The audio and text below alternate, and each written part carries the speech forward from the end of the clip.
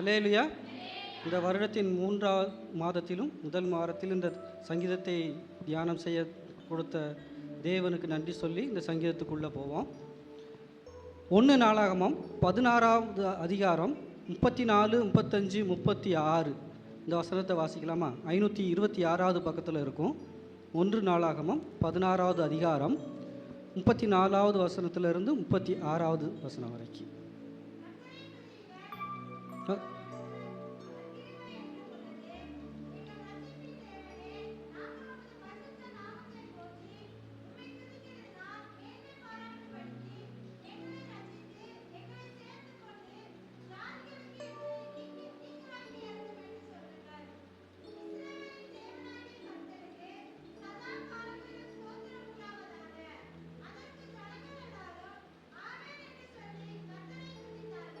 இந்த வசனத்தை அப்படியே இங்கே வந்தோம்னா 34வது வசனம் சங்கீதத்தில் 1வது வசனமாக இருக்கும்.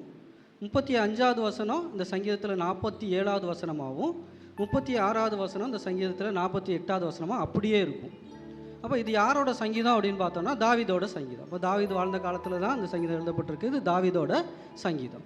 இந்த சங்கீதத்தை இரக்கமும் கிருபையும் அப்படிங்கிற தலைப்பில் நம்ம பார்ப்போம். இப்போ நம்ம யாருக்கெல்லாம் இரக்கம் செய்வோம், யாருக்கெல்லாம் நம்ம உதவி செய்வோம்? யாராவது நம்மக்கிட்ட பிச்சை கேட்டு வந்தாங்கன்னா அவங்களுக்கு நம்ம என்ன செய்வோம்? உதவி செய்வோம்.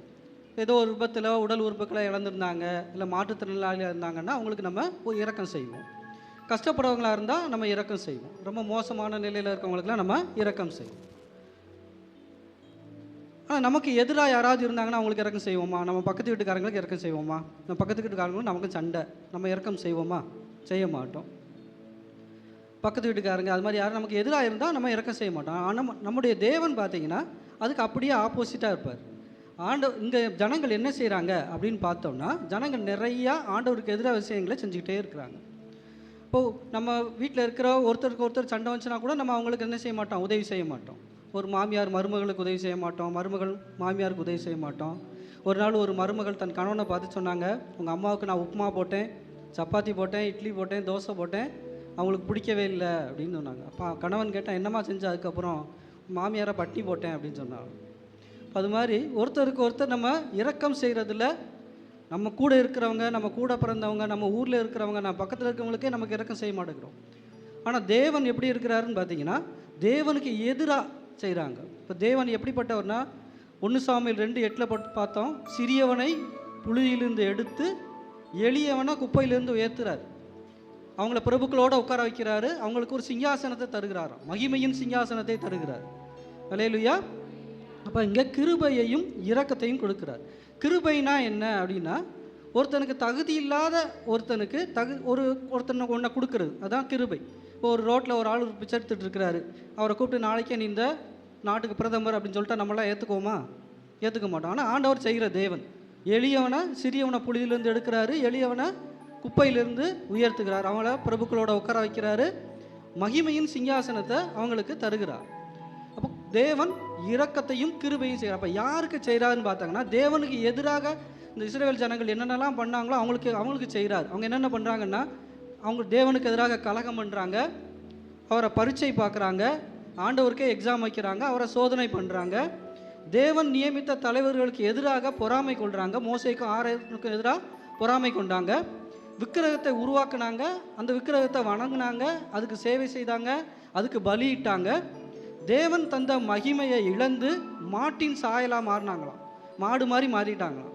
தேவனை மறந்தார்கள், தேவனை கோபம் ஊட்டினாங்க, அந்நிய தேவனுக்கு பலியிட்டார்கள், குற்றமில்லாத ரத்தத்தை சிந்தினாங்க, சோரம் போனாங்க, ஒன்றுமே இல்லாமல் போயிட்டாங்க. இதெல்லாம் யாருக்கு எதிராக பண்ணுறாங்க? தேவனுக்கு எதிராக பண்ணுறாங்க. அப்படி இருந்த ஆண்டவர் என்ன செய்கிறார்? அவர்களுக்காக கிருபையும் இரக்கத்தையும் கொடுக்குறார். அல்லேலூயா. இவங்க இஸ்ரவேல் ஜனங்கள் தான் இதெல்லாம் பண்ணுறாங்க. இஸ்ரவேல் ஜனங்கள் எங்கேருந்து? இங்கே எகிப்திலிருந்து கானான் தேசத்துக்கு போகிற வரைக்கும் இஸ்ரவேல் ஜனங்கள் ஆண்டவருக்கு எதிராக எல்லாத்தையும் பண்ணிக்கிட்டே இருக்கிறாங்க. அப்படி இருந்தும் ஆண்டவர் அவங்களுக்கு கிருபையும் இரக்கமும் செய்கிறார். இப்போ இந்த இஸ்ரவேல் ஜனங்கள் யார்? தேவன் எப்படின்னு அவங்களுக்கு தெரியும், அவர் எப்படிப்பட்ட தேவன்னு தெரியும்.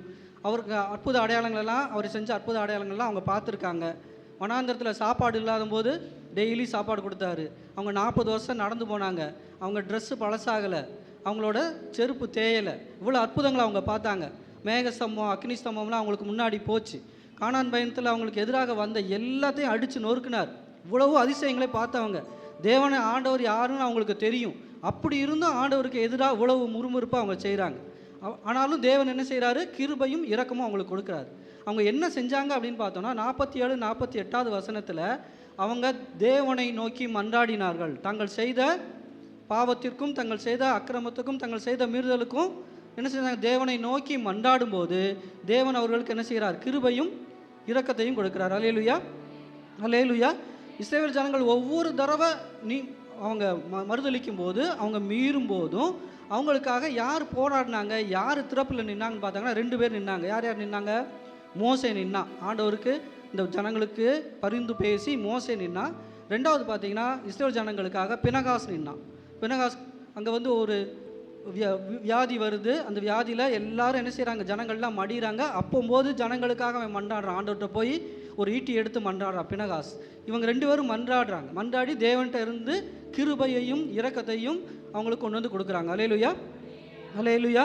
இப்போ தேவனை நன்றாக அறிந்த இஸ்ரவேல்கள் ஜனங்கள் மீறுதலை ஏற்படும் போது ஆண்டவரை நோக்கி மன்றாடும் போது, அதை ஆண்டவர் நோக்கி அவர்களுக்காக மற்றவர்கள் மன்றாடும் போது தேவன் என்ன செய்கிறார்? கிருபையையும் இரக்கத்தையும் கொடுக்கிறார். அல்லேலூயா, அல்லேலூயா.